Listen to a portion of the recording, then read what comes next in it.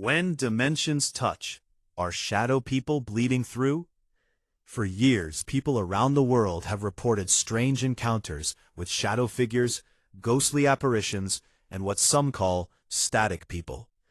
These figures don't always behave like traditional ghosts. They move differently. They appear suddenly. Sometimes they even seem aware that we can see them. But what if they aren't spirits at all? What if there's something else entirely? Some researchers believe these encounters might be the result of two dimensions briefly touching each other, like two radio signals crossing for just a moment. Imagine our universe as one layer of reality. Now imagine another world existing right beside it, close enough that sometimes the boundaries between the two become thin. When that happens, things from the other side might slip into our view, and we might slip into theirs. One of the strangest aspects of shadow people sightings is how many witnesses describe them looking two-dimensional, almost like silhouettes cut from darkness itself. They rarely show facial features. Often they appear as darker than dark shapes, moving along walls, doorways, or hallways. Sometimes they stand still, watching. Other times they move quickly, disappearing when someone turns their head. Witnesses frequently describe a feeling that comes with these encounters, a strange pressure in the air, like static electricity before a storm. Some even report hearing faint buzzing sounds or experiencing electronics malfunctioning. That's where the idea of static people comes in. Unlike shadow figures, static people are often described as flickering, like a person made out of television snow. Their bodies seem to vibrate or glitch in and out of view, almost like something struggling to fully exist in our reality. Could this be what happens when something from another dimension tries to appear here? Think about an old analog television. When two signals overlap, the screen fills with static.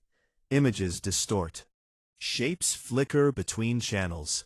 If our reality works like a signal, maybe these beings are coming from a different channel entirely.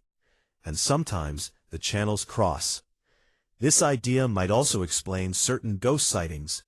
Traditional ghost stories often involve spirits repeating the same actions, walking down a hallway, appearing in the same room, or replaying the same moment over and over again. Many paranormal investigators call this a residual haunting, like a recording trapped in time. But what if it's not a recording? What if we're actually seeing someone living their normal life in another dimension, and for just a moment, our worlds overlap? For them, nothing strange is happening at all. They're just walking through their house. But on our side, we see a ghost.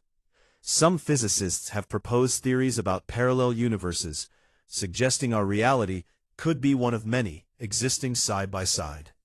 Most of the time, these universes would never interact, but under rare conditions, the barriers between them might weaken. Maybe certain locations make this more likely. Old forests, ancient tribal lands, remote mountains, places where the natural world feels different.